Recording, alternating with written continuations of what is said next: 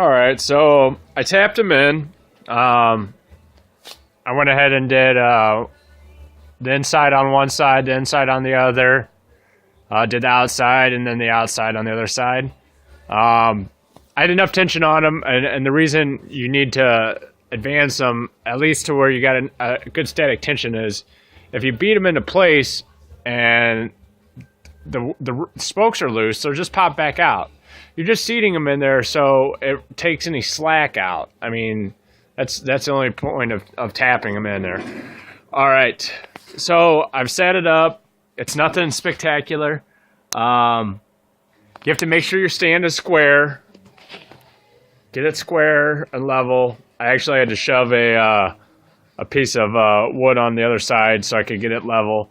For my stand here and to ensure everything's nice and good and I'm consistent is I run right there to the bolts. It doesn't create any friction or anything like that. There's enough of a gap there, but that way I'm consistent on my measurements. So I'm just gonna spin this, and I mean, hey, that's pretty darn good for just starting out. I mean, there's really not a whole lot of wobble there. And that's why you do it the way I was showing you. You do it in small increments when you start. So just tapping them and then making sure everything was seated properly. I mean, I'm not too far away right now from having a true rim. I'm going to have to true it a little more.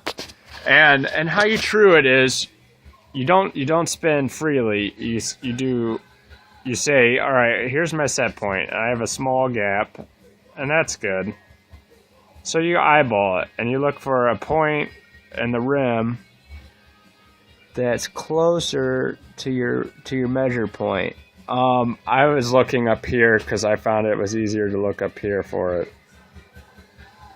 All right, so see right here where we have the XL coming in? Comes in with a bit more of a gap. Wider, wider, wider, wider, narrows. Okay, it narrows. Narrows a little more, narrows a little more, narrows even more there.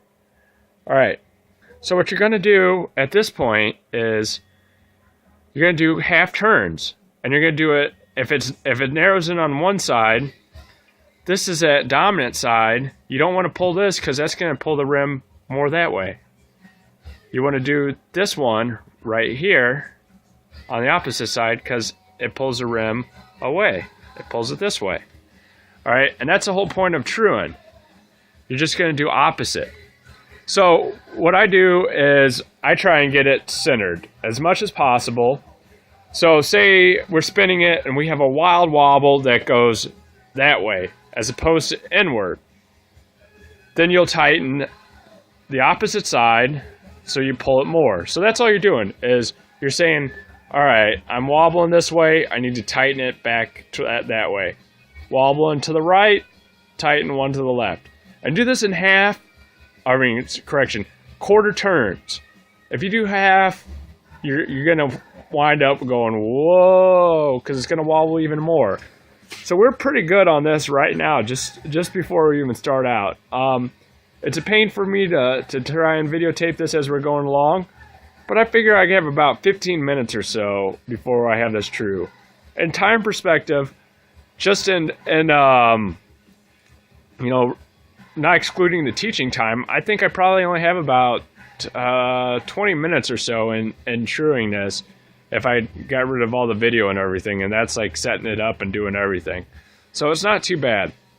All right, I will let you go, and I will keep on going with this and show you the finished product.